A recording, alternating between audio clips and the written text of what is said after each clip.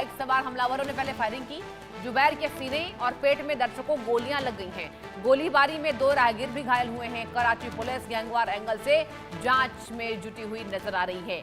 Film धुरंधर में कराची के जिस लियारी टाउन की कहानी दिखाई गई है, उसी लियारी में फिर शुरू हो गया है खूनी गैंग वॉर। खबर है लियारी के कुख्यात गैंगस्टर उजैर बलोच के भाई जुबैर बलोच पर गुरुवार शाम लियारी में जानलेवा अटैक हुआ।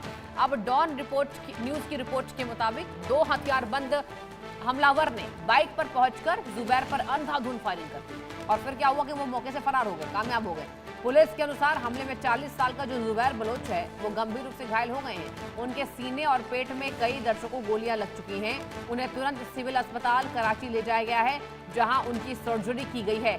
गोलीबारी में 2 राहगीर भी घायल बताए जा रहे हैं। साउथ डीआईजी सैयद असद रजा ने डॉन न्यूज को यह बता दिया कि जुबैर अपने घर के बाहर सिंगू लेन इलाके में मौजूद थे, तभी मोटरसाइकिल पर आए 2 हमलावर ने उन पर अंधाधुंध फायरिंग कर दी। रिपोर्ट्स ये बता रही हैं पास की दुकान में मालिक ने जवाबी फायरिंग की, जिसके बाद हमलावर चेहरा ढककर मौके से भागने में फरार हो गए। पुलिस इस हमले की जांच में जुटी हुई है। कई पहलुओं पर जांच एजेंसियां इस पर खबर पर यहाँ पर बता दें आपको जानकारी जुटा रही है। पुरानी व्यक्तिगत दुश्मनी है, दूसरे संभावित कारण है।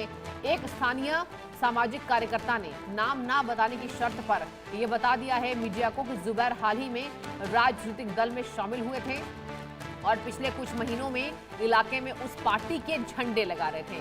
अब उसी व्यक्ति ने यह भी दावा कर दिया है कि कराची ऑपरेशन के दौरान दुबई और ईरान भागे। कुछ गैंग सदस्य हालिया अमेरिका ईरान संघर्ष के बाद वापस लौट आए हैं। हालांकि स्थानीय स्तर पर चल रही चर्चा है और इसकी आधिकारिक पुष्टि नहीं हुई है।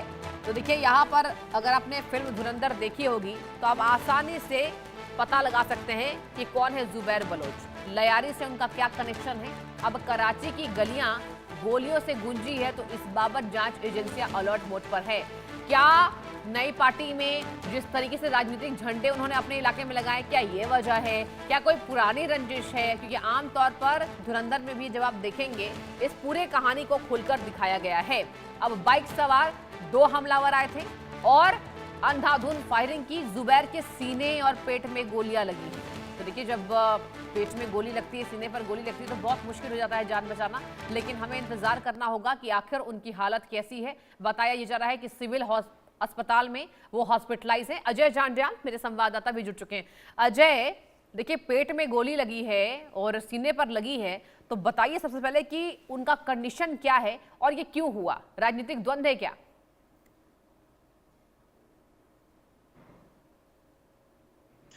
देखिए, अभी क्योंकि कोई टिप्पणी आगे। अभी जो है वो नहीं की गई है, मगर जिस तरीके से बाइक सवार आए, हमला किया और जुबैर के सीने में गोलियां मारकर वो वहां से गायब हो गए, इसका मतलब स्पष्ट है कि कहीं ना कहीं एक सोची समझी प्लानिंग के तहत जो है ये गोलीबारी की गई। और जैसे जिस तरीके से हुआ है उसके बाद अगर बात की जाए उनकी हालत की, तो जो हॉस्पिटल है वहां पर उनको रखा गया है। अभी तक कोई भी टिप्पणी इस पे नहीं की गई है कि आखिरकार उनकी स्थिति कैसी है, मगर काफी क्रिटिकल बताए जा रहे हैं। और जांच जो है बताया जा रहा है कि जांच की जा रही है कि हमलावर कौन थे, कैसे आए, कोई इनकी राइवलरीज थी, इस वजह से हमला हुआ या इसके पीछे की वजह और है। ये तमाम चीजें जो है उसको जांच जो है वो जांचा जो है वो जा रहा है।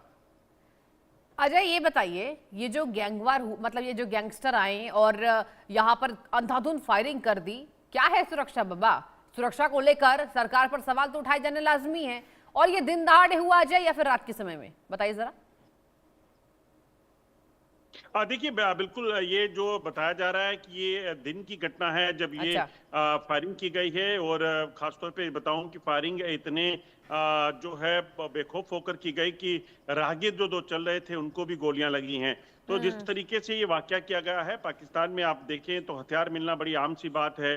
हथियार इस्तेमाल करके जो लोग जाते हैं उनका कोई भी पता अभी तक नहीं लगाया जा सका। और ऐसे में ये चीज बड़ी स्पष्ट है कि पाकिस्तान में जो हालात हैं वो हालात कहीं ना कहीं सेना के काबू से बाहर हैं। और ऐसे लोग जो हथियार रखते हैं, तो आप समझ सकते हैं कि कई बार हमने देखा है आतंकी सरगना हो, आतंकी कमांडर हो, ये तमाम लोग जो है हथियारों को ब्रांडिंग करते कई बार देखे गए हैं। तो एक चीज तो बड़ी स्पष्ट है कि इनको कोई डर खौफ नहीं है और ना ही सरकार ऐसे लोगों को हाथ डालती है।